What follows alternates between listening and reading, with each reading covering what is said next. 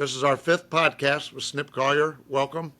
And this is Darcy is the Executive Director of Gulf Coast Humane Society. And Kristen is the Operations. I did that good. And you said her name correctly, too. I did. Kristen and Darcy. I got them both right tonight.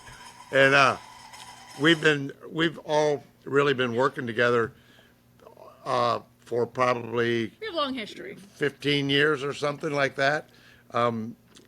Kristen, I knew back when I was at the Humane Society many years ago, and now she's up at Gulf Coast. And Darcy was a director over here at Domestic Animal Service, and she is now the executive director up at Gulf Coast. And we still, thank goodness, they're up there because the last executive director didn't really follow all the programs that we had built before. Jennifer Galloway and I, when she was the executive director, and now we're getting a lot of them back online, and they're really helping us a lot. So I wanted to share that, and later on in the podcast they'll speak up. And in fact, we could just do that now. Okay. Let's just talk about that now. So anyway, they're actually building another facility right now, as are we, and we're talking about different ways that we can work together later to make it right. So I'll pass it on to them for a little while, and then we're going to talk ordinances. Ordinances. I'm so excited. As Tom mentioned, I'm Darcy Andrade. I'm the Executive Director at Gulf Coast Humane Society, and I've known Tom for about 15 years. And I'm sure that many of you who know him, I was the director at Collier County for almost 9 years. So I dealt with Tom for almost 9 years at Collier County. The woman deserves a gold star. And we still remain friends. We did. So we always had a saying that we had kind of a love-hate relationship sometimes. Yes, we did. That was a fact. But at Gulf Coast Humane Society, we're a nonprofit humane society, and we have our adoption program, and we are almost at 3,000 pets that we've taken in this year and adopted, which last year we took in just 2,300. So we are on track to really go much faster, higher. And some of that is because of all the work that Tom does out in Immokalee and different areas there with all the puppies. So we have a lot of puppies we're taking in, which is contributing to are increasing the number of animals we're getting in, which is increasing the number of positive outcomes that we're finding. There you go. And that's all these puppies that Tom is finding. He's bringing them into the shelter, and they're all getting sterilized. And we know that no longer is going to be contributing to the overpopulation of pets here in Collier County. And we have our vet clinic, and we are under construction. We are building a brand new vet clinic at Gulf Coast Humane Society. And just so you know, these 8 were born last night. So. And we have them at I don't know what camera. Anyway, I don't know which direction to look. They were born last night, and I got them in a really good foster, and we just figured about those for about 8 weeks, and then we'll talk. Tom will send us a text saying, "Do you have space? I can bring them right now." Exactly. No, this foster won't let me have them until they're 8 weeks old. Well, that's good. She loves them. That's good. But anyway, go ahead. So we're building a brand new vet clinic. We actually have broken ground, and we hope to be opening it up in probably May of 2026. And it's really going to increase our capacity to be able to provide so much more services to our community. We have our high-quality, high-volume spay and neuter clinic, and we did over 9,000 surgeries last year. This year, we're going to far exceed that as well. So we're just really excited, and I'm so excited to be able to continue my relationship with Tom, even at the new shelter here in a completely different capacity. And I'll let Kristen, because she's known Tom just as long. So yes, so I'm Kristen Sampson. I'm the operations director at Gulf Coast Humane Society. So I've known Tom almost as long as Darcy. Obviously, I didn't have to deal with him at Animal Services, so I got probably the better side of Tom. Yes, you did. I assume.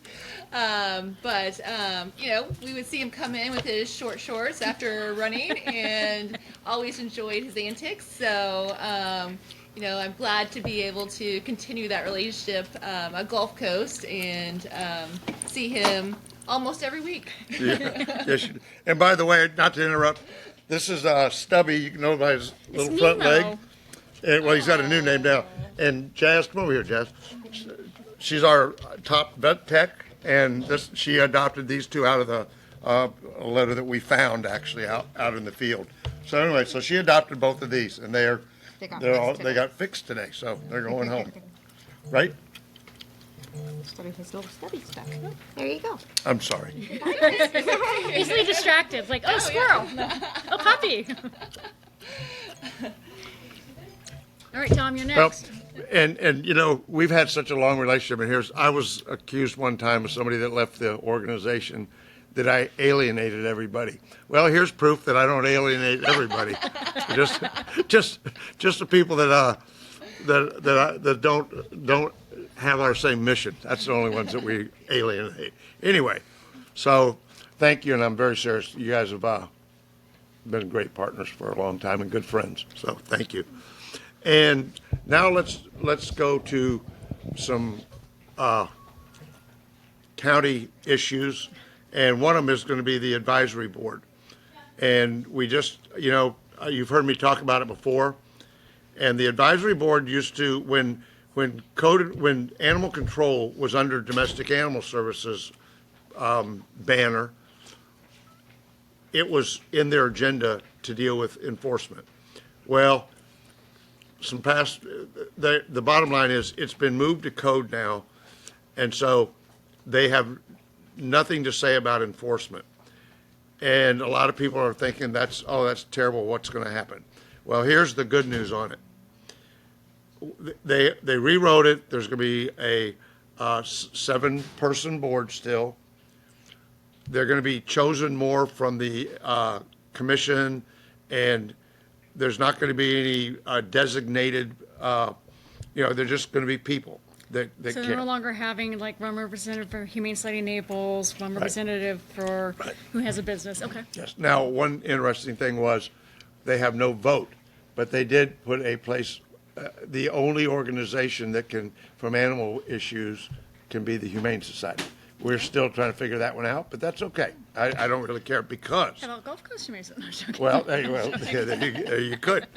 But here's the good part about it. So now there is no place for people that want our taxpayer dollars used for good stuff and not just wasted. People that care about the animals that are out in the field suffering, which we have shown tons of proof of that. They don't have a place.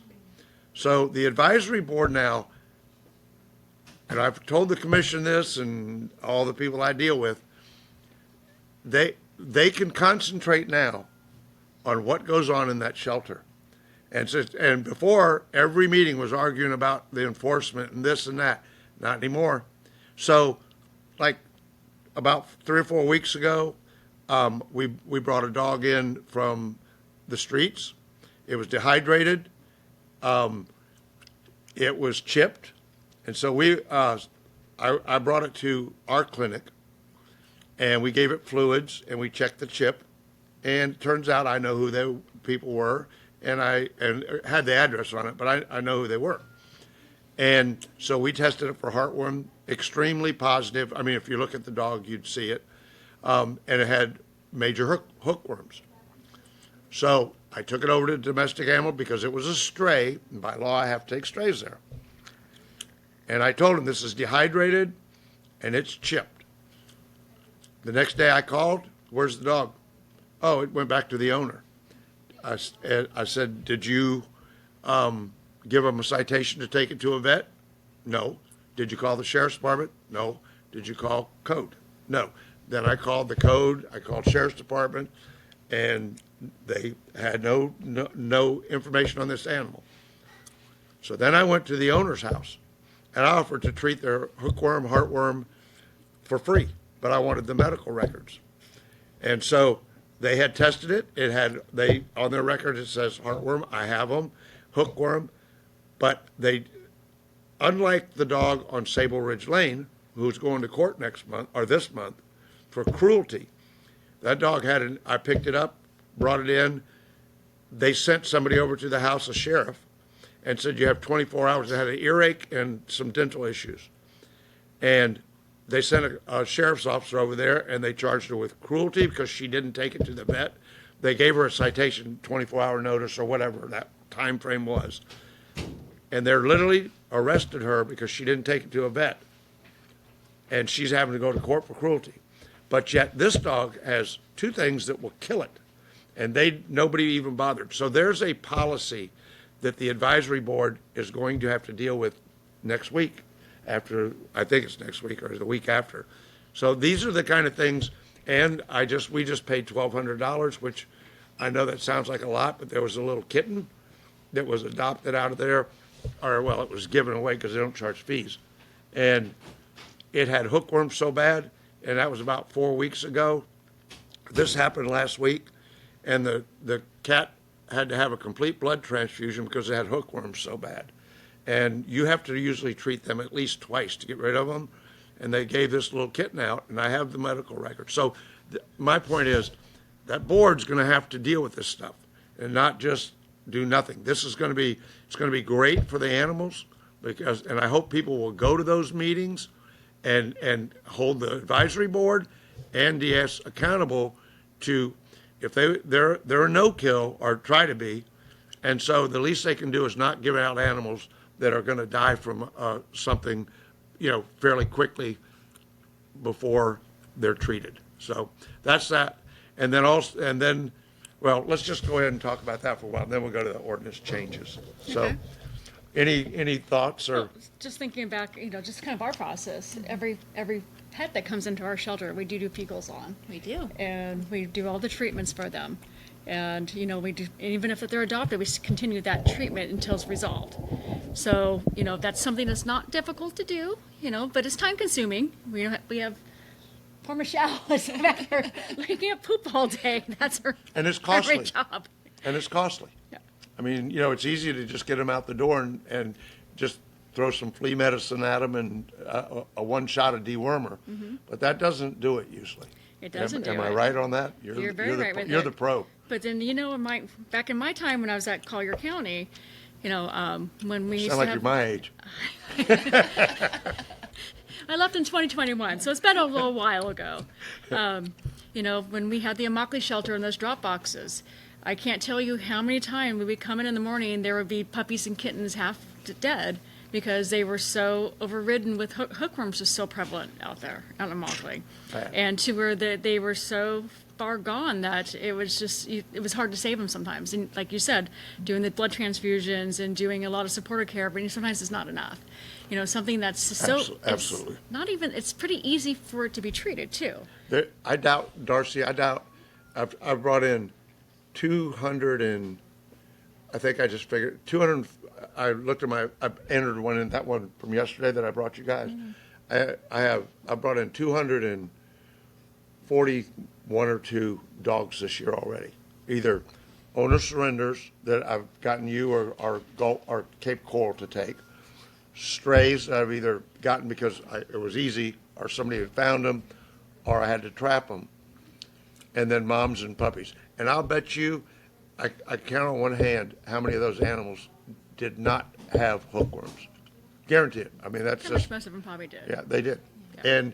And any dog that's been out in the field and running loose for is 3 years old, most all of them have heartworm.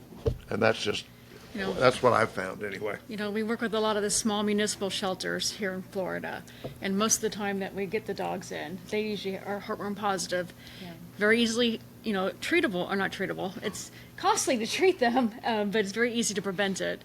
And unfortunately, because there's not a lot of resources available, as you very well know, that's why you're working so hard to do what you do out in Immokalee, to bring resources out there. It's unattainable to a lot of people, even, the heartworm prevention. Because there's not vets nearby that they can even have the vet, or the cost of taking your pet to the vet is not something that is cost prohibitive a lot of time. No, so it is, and those pills aren't cheap. They're not cheap. But then, but once we get them or you get them, it's about $1,000 a dog to treat them, go through the whole treatment. Absolutely. Well, when we get open out there, we're going to have incubators for prenatal stuff, and in our what we're calling a grooming area, but it's mainly going to be to get rid of fleas and worms and do all that kind of stuff. And we have 3 isolation rooms that we can use in case you guys ever, you're building a big building, but so we're trying to put in all that kind of care so we can do it, That's you good. know. That's great. And Good. the idea is for us to do all that and then bring them to you, so you don't incur all the costs and you can put them right. But you never onto take the- them in either way. It doesn't on- matter. I know, but I just think that's part of the, you know, it won't be all the time, but that's, I want to make it where people want to take the animals that we get, because the more they can do, I can do that, the more I can take and get off the street, and hopefully we'll get this ordinance actually enforced, and, you know, hopefully that's going to be happening in 6 months, and we can actually, a couple of years from now, see a real difference, and I think we will, my I personal think so opinion. too. I agree. So anyway, that's about, you know, when you were at DAS, I mean, we had a lot of advisory board meetings, and I was on it for about 8 years, and I'll tell you, You were off it before I started there, right? I was, I started there in 2012. no, because it started in '04. Well, probably pretty close to that, because, I don't think I got to I experience was you as on being the- on the board. yeah, because Michael took your place. right, yeah, Yeah, because. 'cause it he was was- on board my side Because there. it was getting too controversial with Really? myself and Amanda. I don't believe that. And Amanda. Oh, I yeah. don't believe that. And, No. and I won't use names, but there was a vet on the board that felt that we should put pet store owners on the board, and that didn't go over well. That was kind of the end of that relationship, I think.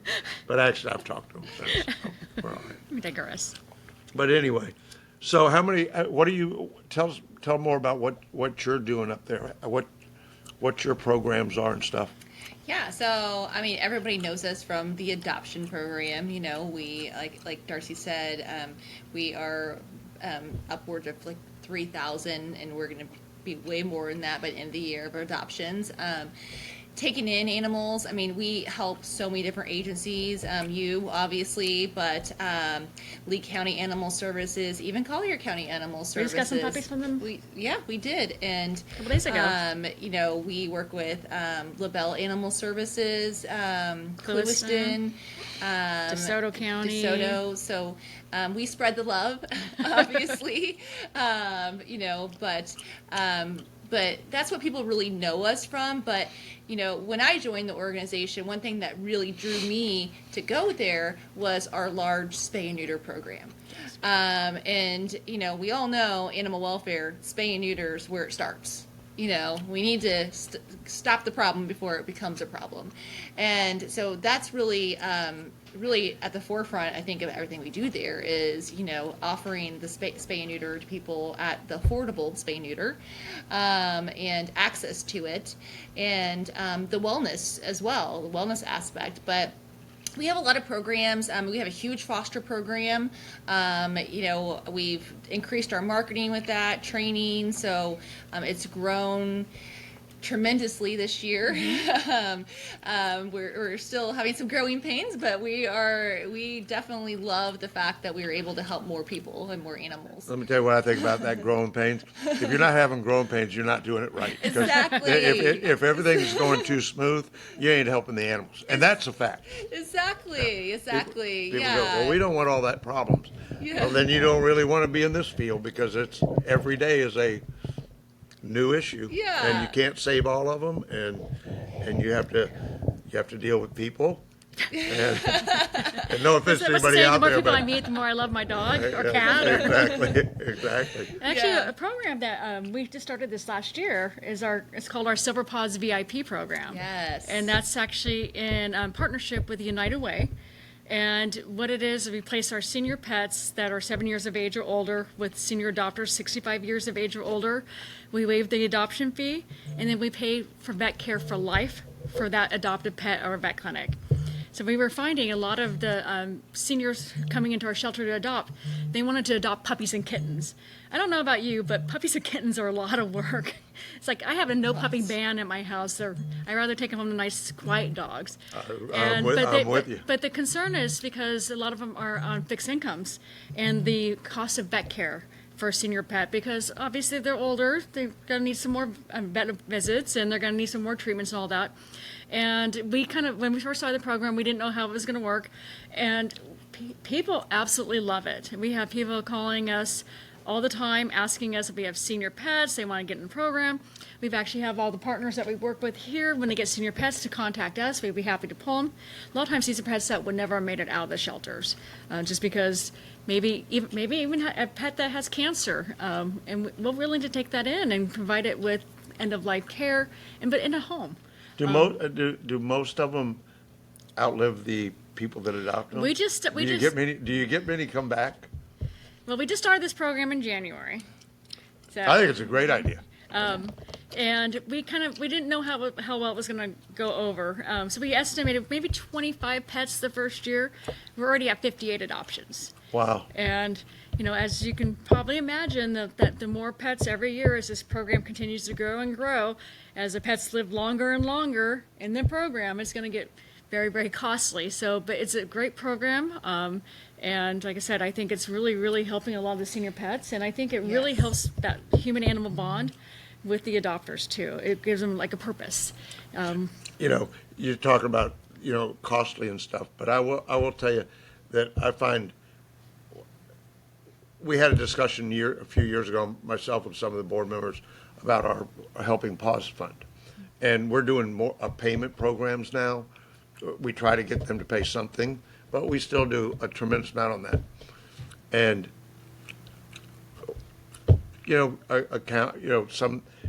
we had this discussion on, because the fund was getting a little low.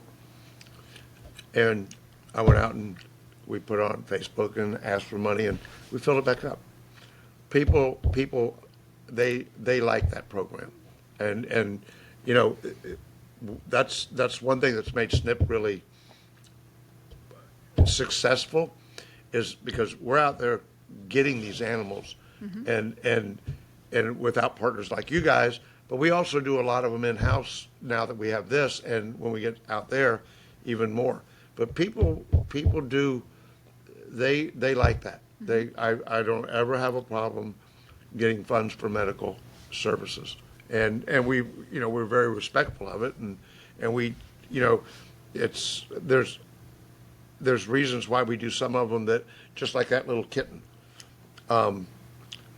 The lady we did it for, it's not to, her husband had been killed in a motorcycle wreck a couple days before it.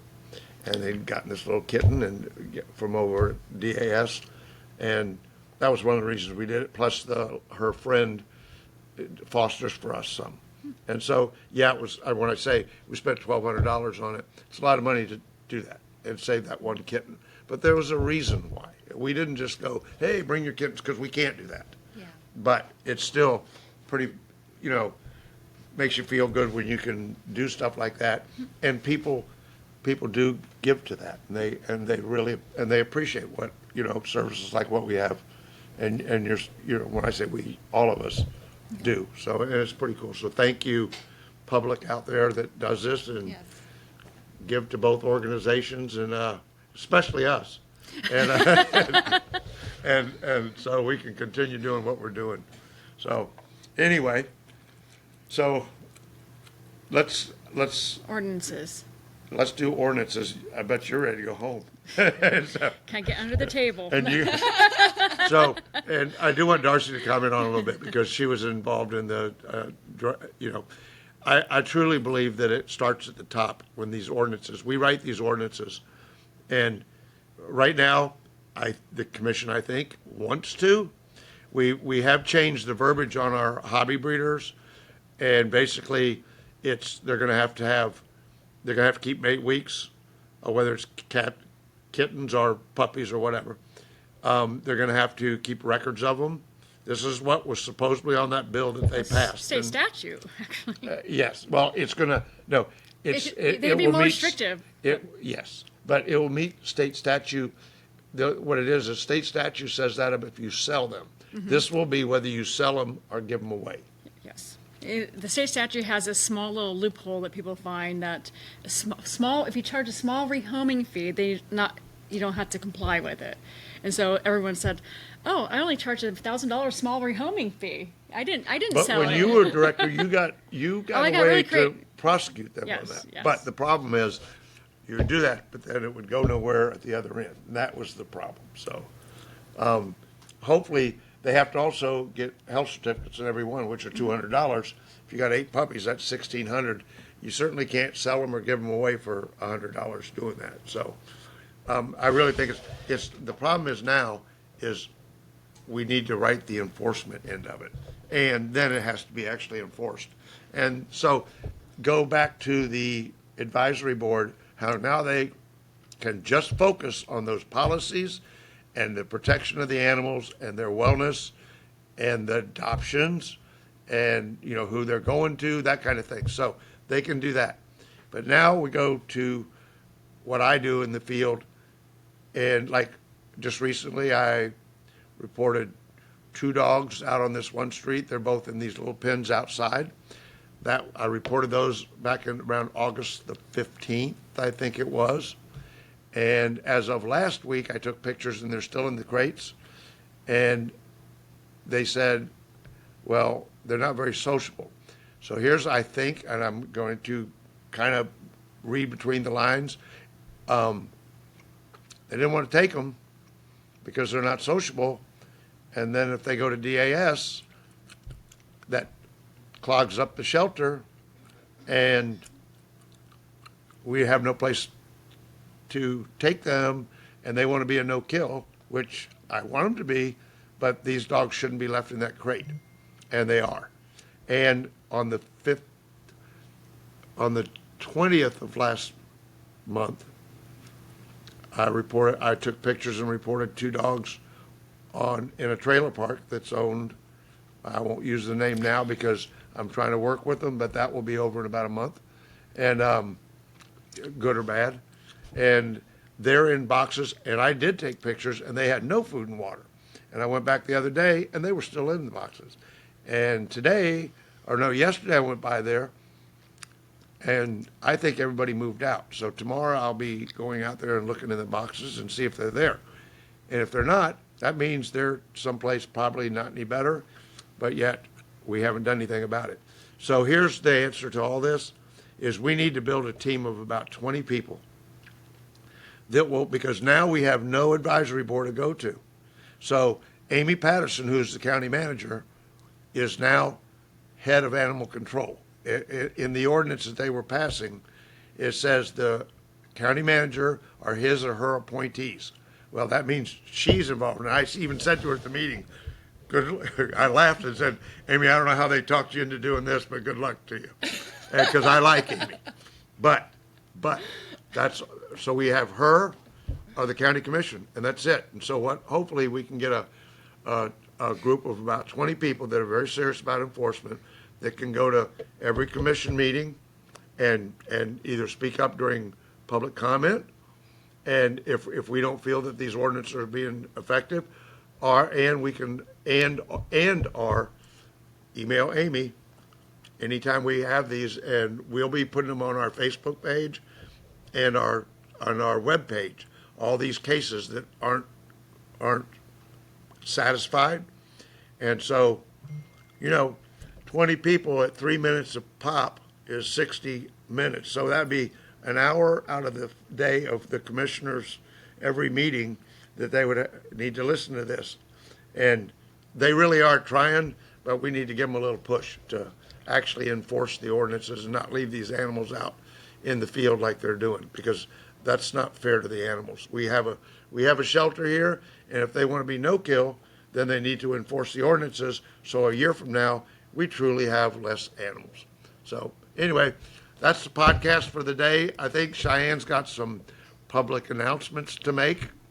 And you guys, anything else you want to talk about? That was relatively painless.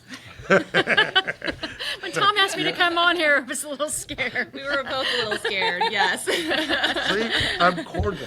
I don't know where everybody gets this. The only thing I get mad is when you don't take care of your animals. And you guys do. So I really do appreciate you guys. Thank you for very having much. us. And it's been, we've been friends and worked together on this stuff. And I know one thing, we all feel the same way. We don't always feel the same way about how we're going to get there. But we all feel that the animals are what comes first. And so thank Absolutely. you guys. Thank you. Thanks. So now Cheyenne's on this side. She's the one that does all our podcasts, and she's hanging in there with the baby due pretty soon. Very soon. And she's going to do some public announcements, all our events. And Kaylin, who's putting them all together, just walked by, but she doesn't want to be here in this tonight. She's working. So anyway, go ahead, Cheyenne. All right, so I'm going to try and keep everything in chronological order here, but I'm kind of all over the place, both in brain and paper. So I will start with what's coming up over the weekend. We have Paws in the Garden on October 5th, which is Sunday. That's going to be at the Naples Botanical Gardens from 8:30 in the morning to 11 a.m. And then later that evening, we have the Blessing of the Animals at Cornerstone United Methodist Church at 4 p.m. And you can bring any of your pets. They don't have to be dogs or cats. Just make sure that they're leashed or contained.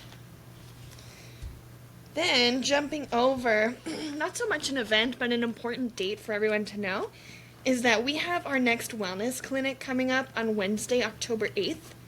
So we have appointments available from 8 a.m. to 4 p.m. and we still have some available. So if you are interested in coming, they do vaccines, they do testing for different diseases, worms, things like that. You can call or schedule the appointment online. But please note that pets must be spayed or neutered in order to participate.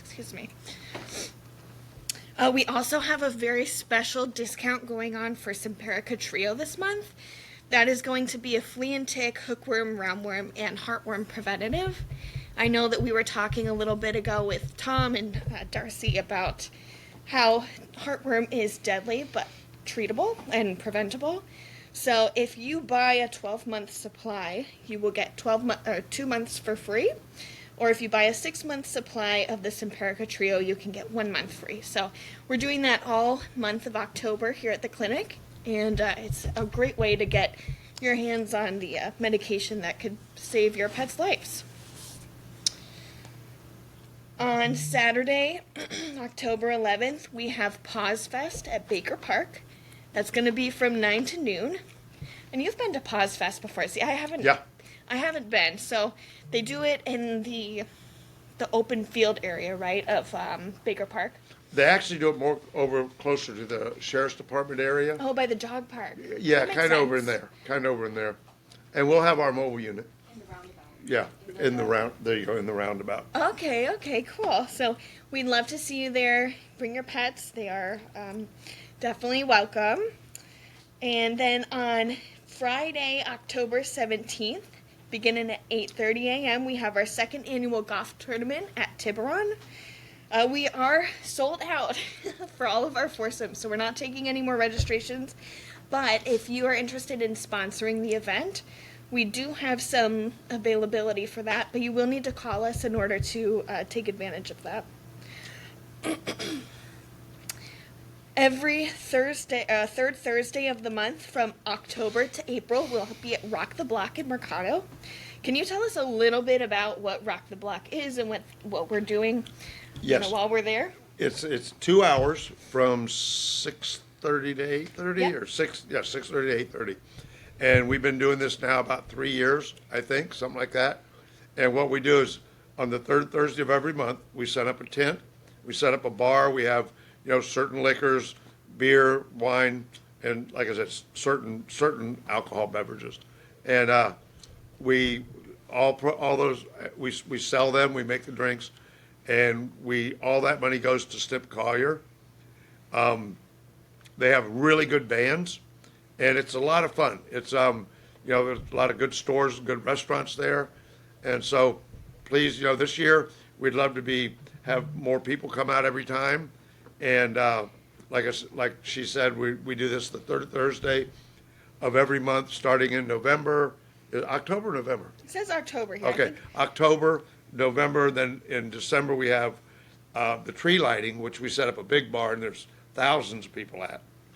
And then January, February, and I think it's through March or April, one of the two. Yeah. But anyway, please put that on your calendars and come on the third Thursday of every month because it's a lot of fun, and they really do. They go out of the way to get really good bands. So it's a nice evening. Yeah, so to Tom's point, we have the Christmas tree lighting on December 3rd. So if you want to put that in your calendar, that is an amazing event. It's so fun for the whole family.